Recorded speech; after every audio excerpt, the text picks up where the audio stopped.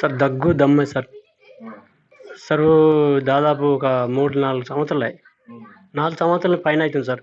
Sir కర్మారు పోయినా, కోట్ల పోయినా, జడ్చల్ పోయినా సార్ అక్కడ తగ్గకనే సార్ ఇక మాకు తెలంగాణ ఇటు వచ్చినాం. రాయకల్ వచ్చినాం సార్. ఎన్ని వేసినా కానీ అవి తగ్గులేదు. రాయకల్ మందులతోనే సార్ మాకు ఆరోగ్యం ఉంటుంది.